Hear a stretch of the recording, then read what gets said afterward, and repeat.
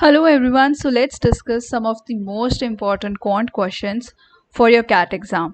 So let's start. So before starting, subscribe to this channel for more updates. So let's see the first question. So this question says form a code of two distinct digits selected from 0 to 9. So हमें क्या करना है, एक code form करना है हमें, और हमारे पास जो डिजिट्स हैं वो हैं 0 to 9 डिजिट्स, 10 डिजिट्स है मतलब मान लो, और हमें एक 2 डिजिट का कोड फॉर्म करना है जिसमें जो दोनों डिजिट्स होंगे, वी हैव 2 प्लेसेस, और दोनों डिजिट्स होंगे वो डिफरेंट होंगे. ठीक है, तो ये एक और कंडीशन बोलता है कि such that the first digit of the code is non zero. तो जो फर्स्ट है वो that should not be equal to zero, right? Otherwise वो फर्स्ट 1 डिजिट कोड ही हो जाएगा एकदम. The code handwritten on a slip can, however, potentially create confusion when read upside down. For example, like हम 91 अगर code लिखते हैं तो अगर आप उसे पेज की दूसरी साइड से, इस साइड से पढ़ेंगे तो आपको लगेगा कि मैंने 16 लिखा हुआ है कोड, और पेज के इस साइड से पढ़ेंगे तो आपको लगेगा मैंने 91 लिखा हुआ है कोड. तो ऑब्वियसली ये कोड जो है कन्फ्यूजन क्रिएट करेगा. तो हमारा जो क्वेश्चन है वो पूछ रहा है how many codes are there for which no confusion can arise. ठीक है, तो पहले तो देखो हम इस क्वेश्चन को जब भी सॉल्व करेंगे हमें ये फाइंड करना है कि ऐसे टोटल कोड्स कितने बनेंगे 2 डिजिट के. तो 2 डिजिट के कितने कोड बन जाएंगे. और एक और बात आपको ध्यान रखनी है कि हमें डिस्टिंक्ट डिजिट्स के कोड बनाने के, 2 डिजिट जो हम लें अपने कोड में वो दोनों ही अलग हों एक दूसरे से. तो अगर फर्स्ट पोजीशन की हम बात करें तो इसके पास कितने ऑप्शन है. फर्स्ट पोजीशन पे देखो 0 नहीं आ सकता. ठीक है, तो अगर मैं बात करूं कि how many total codes are possible in this, तो फर्स्ट पोजीशन पे 0 नहीं आ सकता, और 0 को छोड़ के हमारे पास हैं 9 ऑप्शन. तो फर्स्ट प्लेस के पास है 9 ऑप्शन, इसलिए 9 लिख दिया. और सेकंड प्लेस के पास कितने ऑप्शन बचेंगे. सेकंड प्लेस के पास ऑप्शन बचेंगे 0 to 9. लेकिन क्योंकि हमें दोनों डिजिट जो हैं अलग अलग रखने हैं तो ऑब्वियसली एक डिजिट तो यहाँ पे प्लेस हो जाएगा. उसके बाद इसके पास जो फर्स्ट प्लेस पे डिजिट आएगा वो हम सेकंड प्लेस पे नहीं रख सकते. सो वी कैन से यहाँ पे 0 से 9 में 10 पॉसिबिलिटीज़ थी, बट क्योंकि एक डिजिट ऑब्वियसली फर्स्ट प्लेस पे रहा होगा इसलिए अब इसके पास बची हैं सिर्फ 9 पॉसिबिलिटीज़. तो टोटल पॉसिबल कोड्स जिसमें दोनों डिजिट्स डिस्टिंक्ट हो, 2 डिजिट कोड पॉसिबल है 81. ठीक है, ये हमने निकाले टोटल कोड्स. सो अब इसमें पूछा हुआ है कि कितने ऐसे कोड होंगे जिसमें कन्फ्यूजन नहीं होगी. तो पहले भाई ये देख लेते हैं कि ऐसे कितने कोड्स हैं जिसमें कन्फ्यूजन होगी. तो अगर मैं डिजिट्स की बात करूं जो कन्फ्यूजन क्रिएट करते हैं वो कौन से डिजिट्स हैं. 1, 0 की बात इसलिए नहीं करें क्योंकि हम 0 को यहाँ पे नहीं रख सकते हैं फर्स्ट प्लेस पे, तो कन्फ्यूजन की कोई बात नहीं है. मान लो किसी ने 0 1 लिखा तो आप बोलोगे कि यहाँ से तो ये 10 दिखाई दे रहा है और यहाँ से ये 0 1 दिखाई दे रहा है, बट 0 क्योंकि फर्स्ट प्लेस पे नहीं रख सकते तो किसी को सामने से 0 सेकंड प्लेस पे दिखाई नहीं देगा, राइट? तो जो कन्फ्यूजन क्रिएट कर सकते हैं डिजिट्स वो है 1, 2, 3 तो नहीं करेंगे कन्फ्यूजन क्रिएट, 4, 5 भी नहीं करेंगे. तो 1, 6, 8, 9 सिर्फ ये 4 डिजिट्स हैं जो कन्फ्यूजन क्रिएट करेंगे. तो इनकी बात करें तो total number of codes which create confusion कितने होंगे. कन्फ्यूजन क्रिएटिंग कोड्स की बात करें तो 4 ऑप्शंस हैं यहाँ पे फर्स्ट प्लेस के लिए, और एक डिजिट फर्स्ट प्लेस पे रखने के बाद सेकंड प्लेस के लिए 3 ऑप्शंस होंगे. तो 12 कोड्स ऐसे हैं जो कन्फ्यूजन क्रिएट करेंगे. और एक और बात नोटिस करने की ऐसी है कि इन 4 डिजिट से हम जितने भी कोड बनाएंगे तो भी ये एक्सेप्शन देखो कि 69 और 96 ये जो कोड्स हैं ये भी हमारे इस 12 की गिनती में शामिल हो गए हैं. लेकिन क्या आप अगर इसे यहाँ से देखेंगे तो ये कन्फ्यूजन क्रिएट कर रहा है. नहीं, अगर आप इसे अपसाइड डाउन भी पढ़ेंगे तो भी ये आप इसे 69 ही रीड करेंगे. सेम गोज फॉर 96, अगर आप इसे अपसाइड डाउन भी रीड करेंगे तो ये देखो ये 9 दिखेगा और ये दिखेगा 6, तो ये 96 ही रीड करेंगे. तो इस 12 की काउंट में से आप 2 सब्ट्रैक्ट कर दो. बाकी और इस 4 डिजिट से जितने भी कोड फॉर्म हो रहे हैं उसमें बाकियों में ऐसा केस नहीं है कि अपसाइड डाउन भी आप सेम पढ़ रहे हैं इन डिजिट से फॉर्म होने के बाद। तो ये कन्फ्यूजन कोड्स तो हो गए 10 और टोटल कोड है हमारे पास 81, तो हमारा आंसर बनता है 71 ऐसे कोड्स जिसमें कोई कन्फ्यूजन नहीं होगी। तो let's move on to next question. So this question says m is smallest positive integer. इस बात को ध्यान रखेंगे, m is smallest positive integer such that for any integer n is greater than or equal to m, और n यहाँ पे इस equation में यूज हुआ है और ये जो क्वांटिटी है, ये जो इक्वेशन है, ये पॉजिटिव है। पॉजिटिव मतलब ग्रेटर देन 0 है। n cube minus 7n square plus 11n minus 5 is greater than 0. So this says what is the value of m. अब हमें m की वैल्यू फाइंड आउट करनी है। तो जब भी कोई ऐसी इक्वेशन दी जाए तो try to think in terms of factors कि इस इक्वेशन के हम फैक्टर्स बना सकें। और अगर क्योंकि ये क्यूबिक इक्वेशन है तो इसमें आपको थोड़ा हिट एंड ट्रायल यूज़ करना पड़ेगा कि n इक्वल्स टू 1 रख के देखें, n इक्वल्स टू -1 रख के देखें, n इक्वल्स टू 2 या n इक्वल्स टू -2 रख के देखें। हिट एंड ट्रायल से ये फाइंड आउट करेंगे कि ये n की वैल्यूज इस इक्वेशन की रूट बन रही हैं या नहीं बन रही हैं। अगर मैं n इक्वल्स टू 1 की बात करूं तो यस, n इक्वल्स टू 1 की बात करें तो 1 माइनस 7 प्लस 11 माइनस 5 ये 0 की इक्वल है और ये इस इक्वेशन की रूट बन रही है। तो n इक्वल्स टू 1 हमें इसका एक फैक्टर मिल गया है और जब आपको एक फैक्टर मिल जाएगा तो ऑब्वियसली इसको फैक्टराइज करना बहुत आसान हो जाएगा। नाउ इसका n इक्वल्स टू 1 एक फैक्टर है तो ये इक्वेशन बन जाएगी n minus 1 into n square minus 6n plus 5। आप इसके फैक्टर्स करके देखिए, यही फैक्टर्स बन रहे हैं और उसके बाद हम इसके भी फैक्टर्स करेंगे। ये तो एक क्वाड्रेटिक इक्वेशन है, इसके फैक्टर्स करना हमारे लिए बहुत आसान है और इसके फैक्टर्स बनेंगे n minus 1 into n minus 5 minus 6n को हम ब्रेक कर लेंगे minus n and minus 5n में। तो इसकी ये जो इक्वेशन बनी ये हमारे पास आ गई n minus 1 whole square into n minus 5। ये हमारे पास पूरी इक्वेशन आ गई है और उसके बाद हमें इसको ये देखना है कि इसमें से ये जो पार्ट है इसमें आप n की कोई भी वैल्यू दे दें, ये हमेशा पॉजिटिव रहेगा बिकॉज ये एक होल स्क्वायर है। इसमें आप n की कोई भी वैल्यू दें ये हमेशा पॉजिटिव रहेगा। ठीक है, तो बात करते हैं अब कौन सा पार्ट डिटरमाइन करेगा कि ये इक्वेशन पॉजिटिव है, ग्रेटर देन 0 है। वो सिर्फ ये पार्ट डिटरमाइन करेगा। ठीक है, तो हम चाहते हैं कि ये जो पार्ट है n माइनस 5 ये पॉजिटिव हो। अगर ये पॉजिटिव होगा तभी हम कह सकते हैं ये पूरी इक्वेशन पॉजिटिव है, राइट। इसलिए n should be greater than 5। n की जो वैल्यू होगी वो ग्रेटर देन 5 ज़रूर होगी। ठीक है, तो अगर मैं स्मॉलेस्ट n एक पॉजिटिव इंटीजर है और अगर n की मैं स्मॉलेस्ट वैल्यू की बात करूं, ठीक है, ताकि ये पूरी इक्वेशन पॉजिटिव हो तो हम क्या कह सकते हैं, देखो n 5 से ग्रेटर होगा और एक n एक इंटीजर है तो हम कह सकते हैं कि n इक्वल्स टू 6 वो smallest positive value integer value है n की जिसमें ये इक्वेशन पॉजिटिव होना स्टार्ट हो गई है। और m कुछ नहीं है, m क्या है, स्मॉलेस्ट पॉजिटिव इंटीजर ही है ऐसा, और n जो है वो m से ग्रेटर देन और इक्वल टू है। मतलब m जो है वो ऐसी सबसे छोटी वैल्यू है n की जिस पे ये इक्वेशन पॉजिटिव होना स्टार्ट हो गई है। सो इसलिए आई कैन से यहाँ पे जो हमारा आंसर आ रहा है वो है m equals to 6। Yes, options में नहीं है तो we'll take on this none of these. Let's move to next question. Now this says if the equation x cube minus ax square plus bx minus a equals to 0 has 3 real roots then following is true। तो क्या true होगा, तो a equals to 1 not equals to 1, b equals to 1 not equals to 1। तो ये हमारे पास 4 option है, ये cubic equation के 3 रियल रूट्स हैं।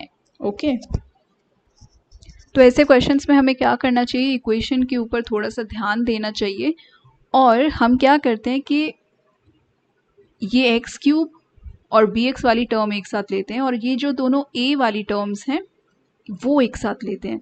ठीक है, तो यहाँ से एक्स कॉमन आ जाएगा, this will be x into x square plus b और यहाँ से माइनस ए कॉमन आएगा into x square plus 1 and this is equals to 0। तो हमने ये कॉमन करा और देखा कि इक्वेशन ऐसी आ रही है। ठीक है, अगर हम इसमें सोचते हैं कि b की वैल्यू हम 1 पुट कर दें, ठीक है, क्योंकि ऑप्शंस ही ऐसे हैं कि या तो a की वैल्यू इक्वल टू 1 हो सकती है या नॉट इक्वल टू 1 हो सकती है, या b की वैल्यू इक्वल टू 1 या नॉट इक्वल टू 1 हो सकती है। तो क्या करते हैं, b की वैल्यू 1 इसलिए डाला ताकि ये फैक्टर एक हमारा और कॉमन निकल जाए और हमारी इक्वेशन बनेगी x minus a into x square plus 1 equals to 0। ठीक है, ये हमारी क्यूबिक इक्वेशन थी, इसको मैंने ऐसे फैक्टर्स में क्लब किया। But can you see here that ये जो इक्वेशन है ये इमेजिनरी रूट्स देगी, ये रियल रूट्स नहीं देगी। ठीक है, तो ये इमेजिनरी रूट्स देगी, x square plus 1 will give us 2 imaginary roots. तो ये जो हमारी कंडीशन है 3 रियल रूट्स वाली, ये कभी भी ट्रू नहीं होगी। इसलिए हम कह सकते हैं कि b should not be equal to 1। अगर b 1 हुआ तो ये एक फैक्टर कॉमन आ जाएगा और ये एक्स स्क्वायर प्लस 1 वाला फैक्टर 2 इमेजिनरी रूट्स देगा। तो इसलिए करेक्ट ऑप्शन है, ताकि इसकी 3 रियल रूट्स हो तो b कभी भी इक्वल टू 1 नहीं होना चाहिए। Right, let's move on to next question. Now ये एक सीरीज सीक्वेंस वाला क्वेश्चन है। Let s denote the infinite sum. s क्या है, ये एक इनफाइनाइट सम है और x की वैल्यू इज मॉड x की वैल्यू इज लेस देन 1। ठीक है, तो s की वैल्यू क्या होगी? सो this is a little bit formula based and tricky question. अगर फॉर्मूला पता होगा तो ही आ पाएगा। तो हम इससे एक हिंट ले सकते हैं, mod x is less than 1। ये हमें थोड़ा सोचने पे मजबूर करेगा कि हम बायनॉमियल एक्सपेंशन की तरफ सोचें इसमें, और सबसे हेल्पफुल हमारे लिए हमारे ऑप्शंस रहेंगे। ठीक है, ये जो ऑप्शंस है ऑलमोस्ट सिमिलर है, सिर्फ प्लस माइनस का डिफरेंस है न्यूमरेटर डिनोमिनेटर में। तो हम देखते हैं कि 2 minus x upon 1 minus x whole cube, इसका अगर हम एक्सपेंशन करें और वो इसके इक्वल आ जाए, इस सम के इक्वल, तो वी कैन से कि ए ऑप्शन हमारा करेक्ट ऑप्शन होगा। तो ऑप्शंस इसमें बहुत हेल्पफुल हैं, विदाउट ऑप्शन तो ये क्वेश्चन सॉल्व करना बहुत मुश्किल है, ऐसे हिंट लगाना कि कौन सा ऑप्शन मैच करेगा। तो अगर हम 1 minus x raise to the power minus 3 की बात करें, क्योंकि हमारा मॉड x जो है वो लेस देन 1 है, मतलब मॉड x जो है वो 0 to 1 रहेगा, तो हम कह सकते हैं कि ये इसका बायनॉमियल एक्सपेंशन हम कर पाएंगे। और इसका फॉर्मूला हमें पता है, इसका फॉर्मूला होगा 1 plus 3x plus 6x square, right, plus 10x cube so on. ये हो जाएगा इसका एक्सपेंशन। और इसकी जो एक जनरल टर्म बनेगी वो होगी r plus 1 into r plus 2 divided by 2 into x raise to power r। ठीक है, इसका ये फॉर्मूला बनेगा। और अगर हम इसके एक्सपेंशन की बात करें तो वो हो जाएगा this into 2 minus X, right. So ये आ जाएगा 2 minus X into 1 plus 3x plus 6x square plus 10x cube so on. Now इसको एक्सपैंड करो और एक्सपैंड करके अगर आपका यही वैल्यू आ रही है तो this is our right option. ठीक है, तो ये आ जाएगा 2 plus 6x plus 12x square plus 20x cube minus x minus 3x square minus 6x cube minus 10x raise to power 4। तो आप देख सकते हैं इसमें काफ़ी टर्म्स जो हैं वो कैंसिल आउट हो जाएंगी। अब तो हमारे पास क्या बचेगा, हमारे पास बचेगा 2 प्लस 5x और ये टर्म्स कैंसिल होके प्लस 9x स्क्वायर और ये टर्म्स कैंसिल होके प्लस 14x क्यूब और बाकी की सो ऑन टर्म्स भी कैंसिल आउट होके हमें ये ही सम दे रही हैं। तो ये एक रिवर्स मेथड हमने इसमें यूज़ किया कि हमने ऑप्शन से, जो आंसर के ऑप्शंस थे उससे हमने अपने क्वेश्चन का सम डिराइव किया है। तो I can say A option is correct. इसमें 1 माइनस एक्स होल क्यूब इसलिए ज़्यादा सही बैठेगा क्योंकि इसमें आप देख सकते हैं काफ़ी टर्म्स कैंसिल आउट हो रही हैं। तो उससे भी आप थोड़ा आइडिया लगा सकते हैं. Let's see next question. So again infinite sum question. Now infinite sum equals. So ये जो इनफाइनाइट सम है s of n which is 1 plus 4 by 7 plus 9 by 7 square plus 16 by 7 cube plus 25 by 7 raised to power 4. ये एक infinite सम series है पूरा और इसका हमें सम का वैल्यू बताना है कि किसके इक्वल होगा. तो सबसे पहले तो हम देखते हैं कि ये जो एक सीरीज़ बन रही है यहाँ पे डिनोमिनेटर में है 1/7 then 7 square 7 cube 7 raised to power 4. अगर हमारे पास कोई ऐसी सीरीज़ होती 1/7 plus 1/7 square plus 1/7 cube plus 1/7 raised to power 4 तो हम कहते हैं ये बहुत इजी है सम निकालना. इसका फॉर्मूला हम लगाते हैं जीपी का और सम निकाल देते हैं. बट यहाँ पे हमें थोड़ा सा चेंजेस दिए हुए हैं. अगर हम इस सीरीज़ को इसमें कन्वर्ट कर सकें कुछ ऑपरेशंस करके तो हम ये अपना क्वेश्चन बहुत इजीली सॉल्व कर सकते हैं. तो उसी पे हम फोकस करेंगे क्योंकि इस सीरीज़ का ना तो कोई जीपी बन रहा है ना कोई एपी बन रहा है. तो इसलिए हम फोकस करेंगे कि इसको इसमें कुछ हम कन्वर्ट कर पाएँ. ठीक है. तो सबसे पहले तो हम देखते हैं कि अगर हम दोनों साइड्स को 1/7 से मल्टीप्लाई करें तो हमें क्या मिलेगा. इसलिए हमें इस सीरीज़ को ट्रांसफॉर्म करने के लिए सबसे पहले इन न्यूमरेटर्स को एलिमिनेट करना पड़ेगा कि ये जो न्यूमरेटर पार्ट है सबका 1 आ जाए या सबका कोई कॉमन नंबर आ जाए 2 या 3 ताकि उसे कॉमन लेके और ऐसे हम जीपी बना के उसका सम कर सकें. तो इसलिए हमें न्यूमरेटर कम करना है तो जनरली हमें कुछ सब्ट्रैक्ट करना पड़ेगा कुछ दो सीरीज़ को. अगर इसे हम 1 माने तो सब्ट्रैक्शन करना है तो बेस्ट रहता है कि ये जो डिनोमिनेटर में नंबर है इससे हम मल्टीप्लाई कर दें दोनों साइड्स को. तो 1/7 से हम दोनों साइड्स मल्टीप्लाई कर देंगे. अब तो ये हमारा आ जाएगा 1/7 plus 4/7 square plus 9/7 cube plus 16/7 raised to power 4 plus 25/7 raised to power 5 and so on. और ये हम मार्क कर लेते हैं अपना 2. नाउ इन दोनों को हम सब्ट्रैक्ट करेंगे. सो लेट्स डू 1 माइनस 2 को 1 में से सब्ट्रैक्ट करेंगे एंड वी गेट 6/7 SN और 1 एज इट इज़ रहेगा क्योंकि 4/7 माइनस 1/7 होगा. तो आप देख सकते हैं ये जो न्यूमरेटर पार्ट है यहाँ पे वो रिड्यूस हो रहा है. राइट. तो यहाँ पे आप क्लियरली देख सकते हैं कि अब जो हमारे पास आंसर आ रहा है वो है कि 3579. अब ये न्यूमरेटर डिक्रीज हो गया है और ये भी एक डिफरेंस ऑफ 2 में आ गया है. आप देख सकते हैं जितने भी ये न्यूमरेटर्स हैं उन सब में डिफरेंस है 2. तो हम यहाँ से अंदाज़ा लगा सकते हैं कि we are moving close to the answer.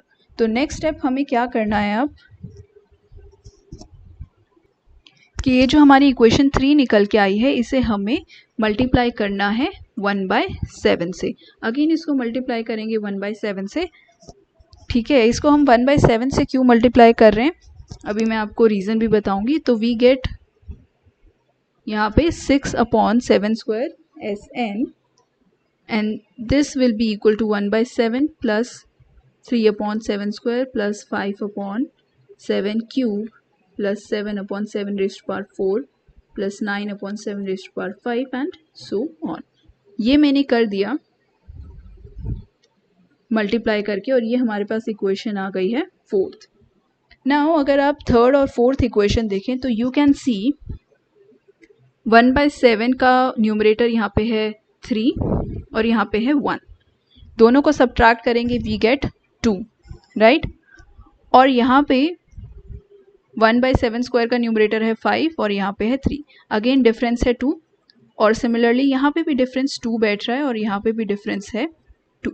तो आप देख सकते हैं जब हम 3rd माइनस 4th करेंगे when we subtract 4th from 3 यहाँ पे सबका न्यूमरेटर हो जाएगा 2.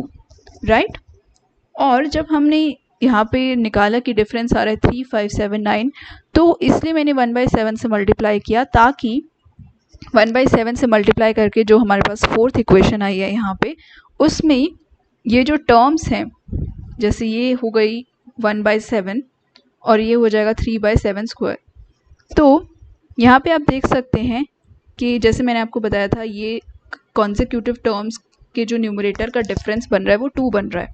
तो आप देख सकते हैं 1/7 से मल्टीप्लाई करने के बाद जब हम इन दोनों इक्वेशंस को सब्ट्रैक्ट करेंगे तो ये कंसेक्यूटिव टर्म्स भी हैं जिनका डिनोमिनेटर अब सेम हो गया है।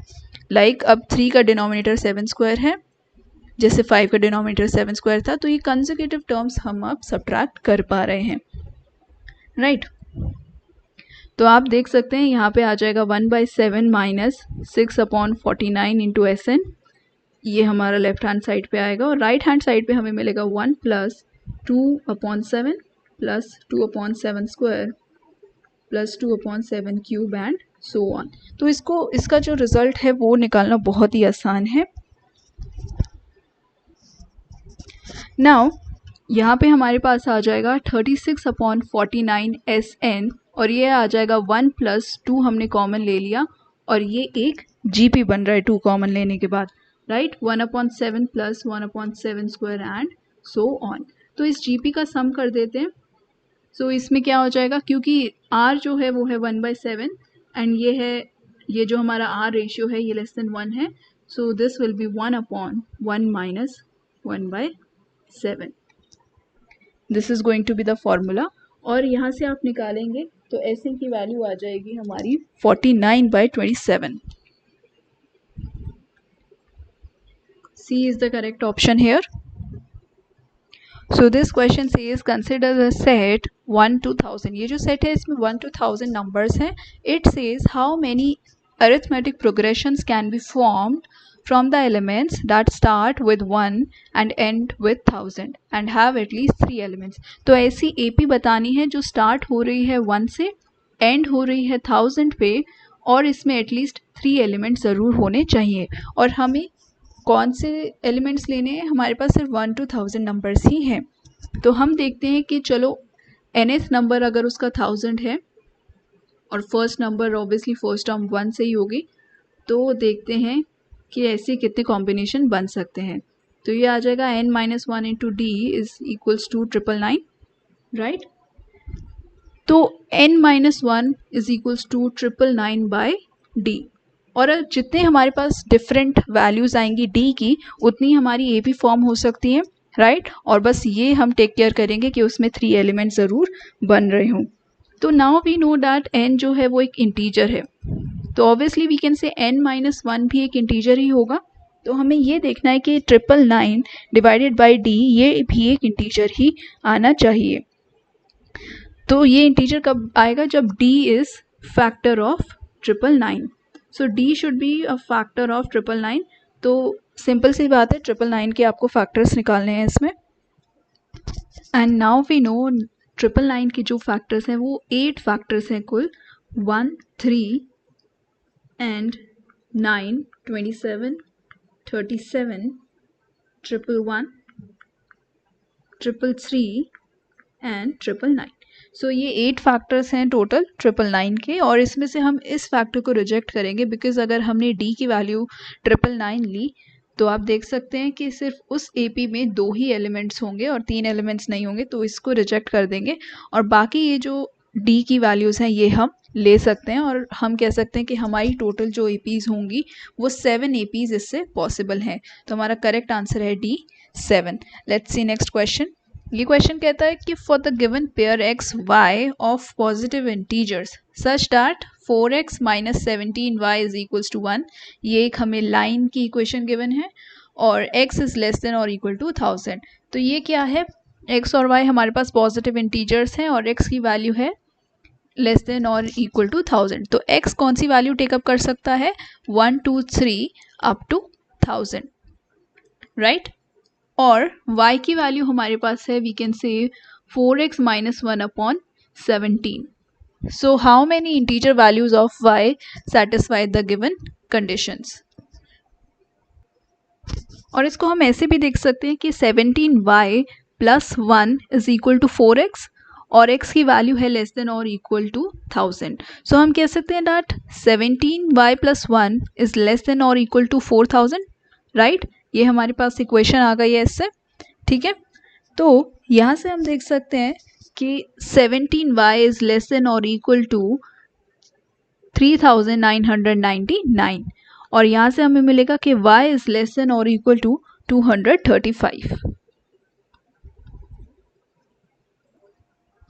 ये इसकी 3999 डिवाइडेड बाय 17 ये एक इंटीग्रल वैल्यू तो नहीं आ रहा है, बट हम कह सकते हैं क्योंकि y एक पॉजिटिव इंटीजर है तो इसको हम सिर्फ इंटीजर वैल्यू मैंने पिक करी है, but 3999 divided by 17 is approximately equal to 235.23, but integral value लेते हैं और यहाँ पे चाहो तो लेस देन का भी साइन चल जाएगा क्योंकि 235 या उसकी इक्वल ही वैल्यू हो सकती है, तो लेस देन या लेस देन और इक्वल टू दोनों साइन हम यूज़ कर सकते हैं। नेक्स्ट स्टेप हमारा रहेगा कि हमें इंटीग्रल वैल्यूज़ देखनी पड़ेगी कि कौन सी इसमें हमारी इक्वेशन को सेटिस्फाई कर रही है। तो यहाँ से स्टार्ट करते हैं कि अगर हम x की वैल्यू 1 रखेंगे तो यहाँ से स्टार्ट करते हैं कि do we get any integral value of y और नॉट, राइट। सिमिलरली हम x की भी बात कर सकते हैं कि x को अगर हम y की टर्म्स में लिखें which is 17y + 1 divided by 4, तो यहाँ से हम देख सकते हैं कि if we put y equals to 1 do we get integral value? No. If we put y equals to 2, do we get integral value? No. y equals to 3 put करते हैं and let's see if we get integral value.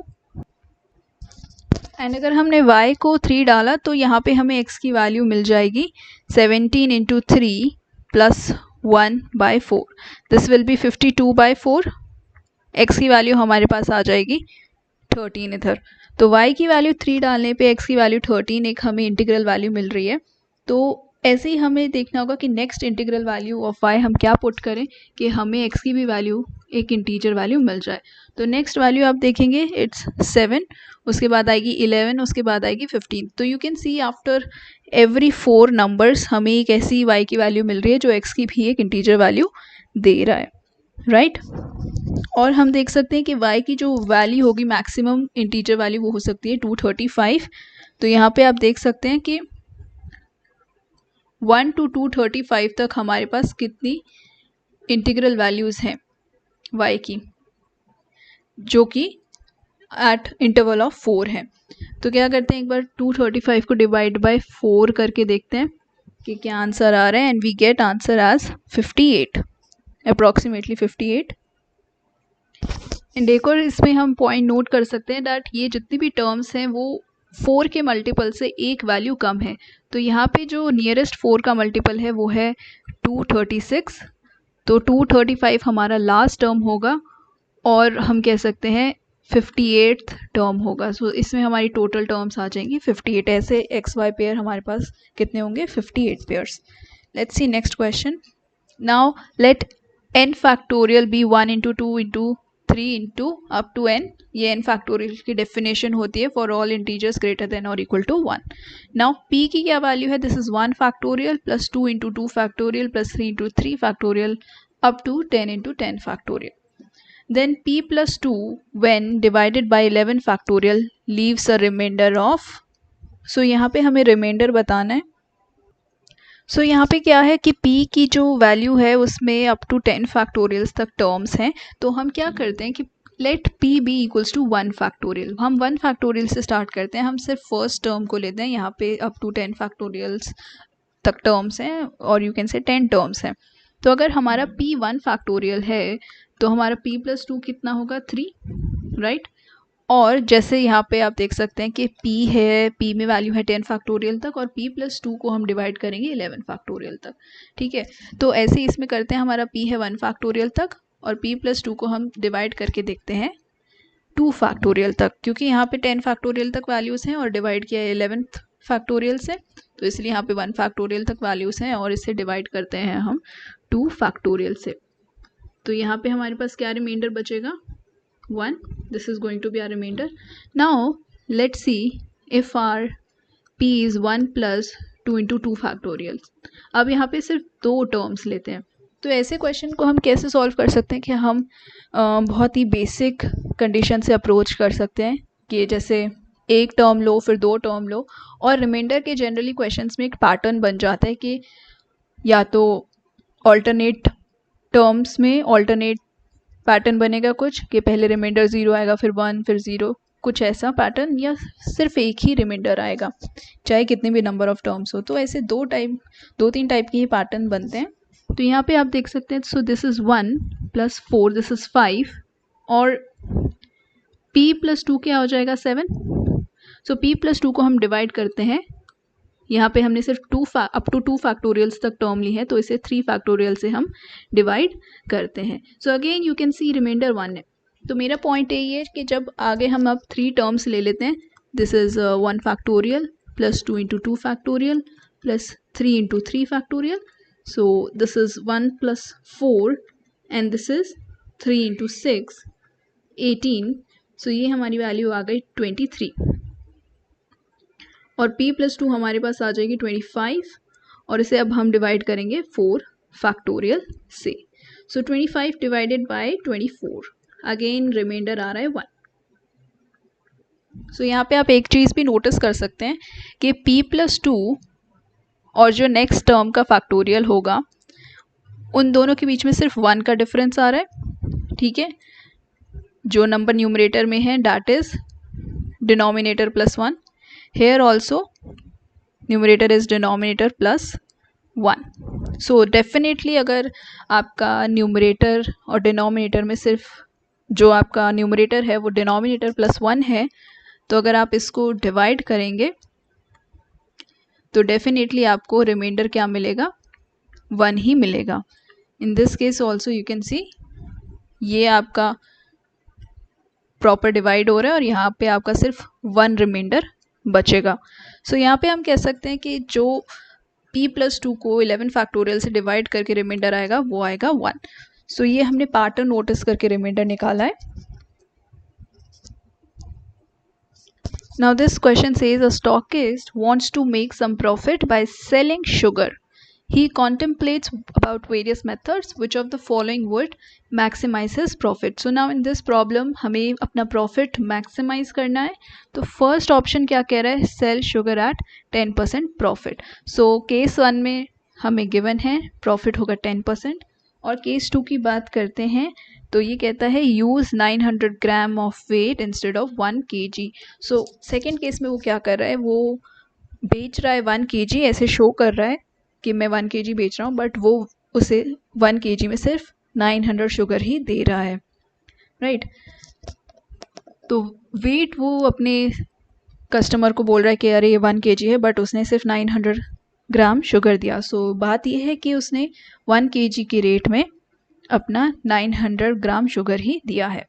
तो अगर मैं बोलूँ कि cost price of 1 kg sugar ले लेते हैं हम ₹100, तो हम कह सकते हैं कि 900 ग्राम ऑफ शुगर का कॉस्ट प्राइस होगा ₹90, राइट। तो यहाँ से हम अपना प्रॉफिट निकाल सकते हैं कि हमारा प्रॉफिट क्या होगा। सो प्रॉफिट कैसे निकालेंगे हम, सो ये तो कॉस्ट प्राइस हो गया और ये हो गया उसका सेलिंग प्राइस। उसे कॉस्ट पड़ा 90 रुपीज़ का उस शुगर का, और उसने सेल किया उसे 100 रुपीज़ में। तो ये हम इसका निकाल लेते हैं profit percentage, 100 - 90 upon cost price 90 × 100।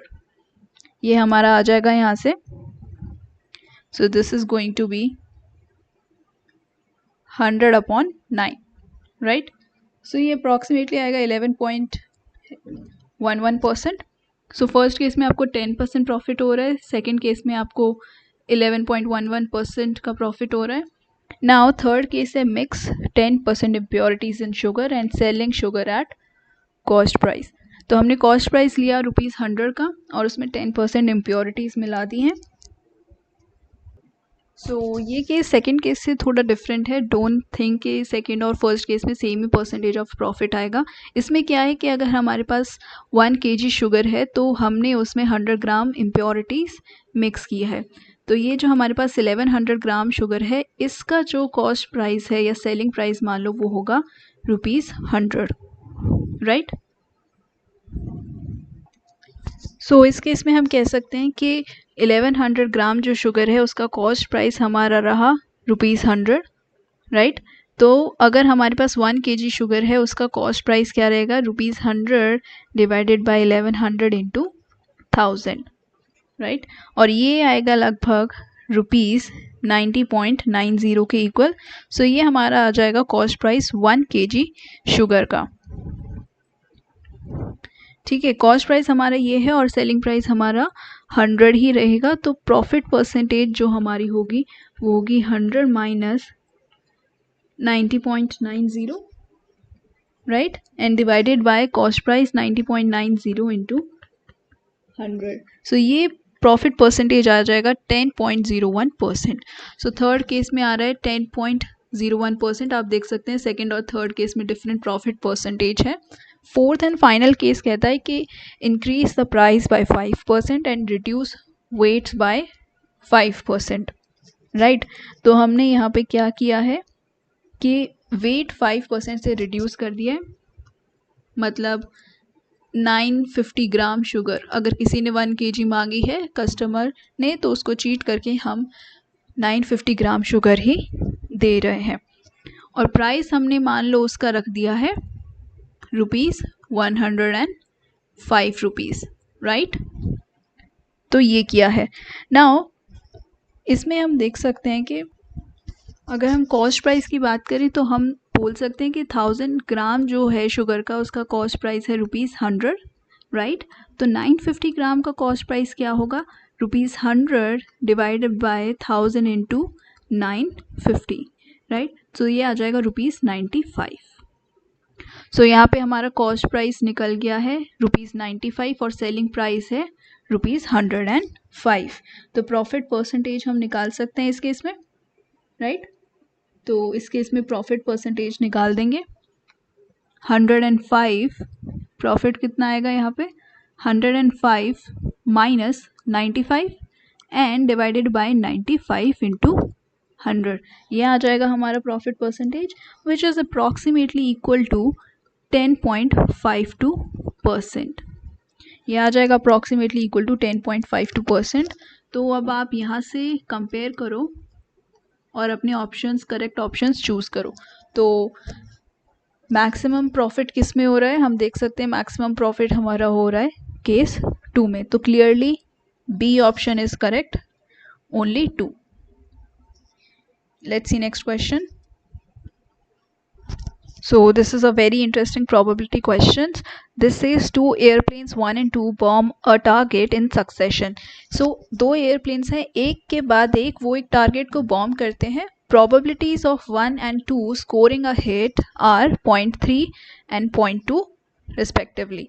ठीक है, तो वो टारगेट को हिट करने की उनकी जो प्रोबेबिलिटी है एयरप्लेन 1 की 0.3 है, एयरप्लेन 2 की 0.2 है। Now the second plane will bomb only if first misses the target. तो सेकेंड प्लेन तभी बॉम्ब करेगा जब फर्स्ट अपना टारगेट मिस कर देगा, अदरवाइज वो बॉम्ब नहीं करेगा। तो प्रोबेबिलिटी निकालनी है that the target is hit by second plane. तो सेकेंड प्लेन कब हिट करेगा टारगेट को, तो एक तो ये plane one after other hit करे जा रहे हैं टारगेट को जब तक हिट नहीं होता है टारगेट। ठीक है, तो पहला केस हो सकता है कि जो एयरप्लेन 1 है उसने हिट ना किया हो और फिर एयरप्लेन 2 हिट कर दे। ठीक है, दूसरी प्रोबेबिलिटी है कि एयरप्लेन 1 ने हिट नहीं किया, एयरप्लेन 2 ने हिट नहीं किया, उसके बाद फिर से एयरप्लेन 1 ने हिट नहीं किया एंड देन एयरप्लेन 2 ने हिट कर दिया। एक और केस इसके बाद बन सकता है, एयरप्लेन 1 ने पहली बार में हिट नहीं किया, एयरप्लेन 2 ने भी पहली बार में हिट नहीं किया और दोनों एयरप्लेन्स ने सेकेंड बारी में भी हिट नहीं किया। थर्ड टाइम में एयरप्लेन 1 हिट नहीं करता लेकिन एयरप्लेन 2 हिट कर देता है एंड सो ऑन। सो जितने भी ये केसेस बनेंगे हमें सबकी प्रोबेबिलिटी सम अप करके आंसर अपना निकालना होगा। So this is our question, right. So airplane hit करने की जो प्रोबेबिलिटी है कि 1 जो फर्स्ट एयरप्लेन है वो हिट करेगा वो है 0.3। सो मैं कह सकती हूँ कि एयरप्लेन 1 हिट नहीं करेगा टारगेट, उसकी प्रोबेबिलिटी होगी 1 माइनस 0.3, 0.7। सिमिलरली एयरप्लेन 2 की हिट करने की प्रोबेबिलिटी है 0.2 और एयरप्लेन 2 की हिट ना करने की प्रोबेबिलिटी होगी 1 माइनस 0.2 विच इज़ 0.8। तो हमें इस सारी प्रोबेबिलिटी को, जो हमारी रिक्वायर्ड प्रोबेबिलिटी है, उसे सम अप करना है। तो हम कह सकते हैं this is going to be our required probability. तो हमारा जो आंसर होगा वो होगा 0.7 into 0.2 plus 0.7 into 0.8 into 0.7 into 0.2, उसके बाद अगेन 0.7 इंटू 0.8, 0.7 इंटू 0.8 और लास्ट में जो होगा वो होगा 0.7 इंटू 0.2। सो आप देख सकते हैं इन सभी टर्म्स में हम 0.7 इंटू 0.2 विच इज़ 0.14 वो कॉमन ले सकते हैं। तो 0.14 मैंने बाहर कॉमन ले लिया। उसके बाद this will be 1 plus 0.56 right, plus 0.56 whole square और आगे क्या बनेगा 0.56 whole cube and so on right. ये जीपी बन गई है जिसका जो रेशियो है आर है वो लेस देन 1 है। तो इसको सम अप करने का हमें फॉर्मूला पता है, this is going to be 0.14 into 1 plus ये आ जाएगा, तो यहाँ की ये जितनी भी जीपी है रेशियो है 0.56, सो this will be 1/1 minus 0.56 right. तो ये आ जाएगा 0.14 अपॉन में ये आ जाएगा 0.44 राइट। तो इसका रेशियो निकालने के बाद हमें मिलेगा 0.32।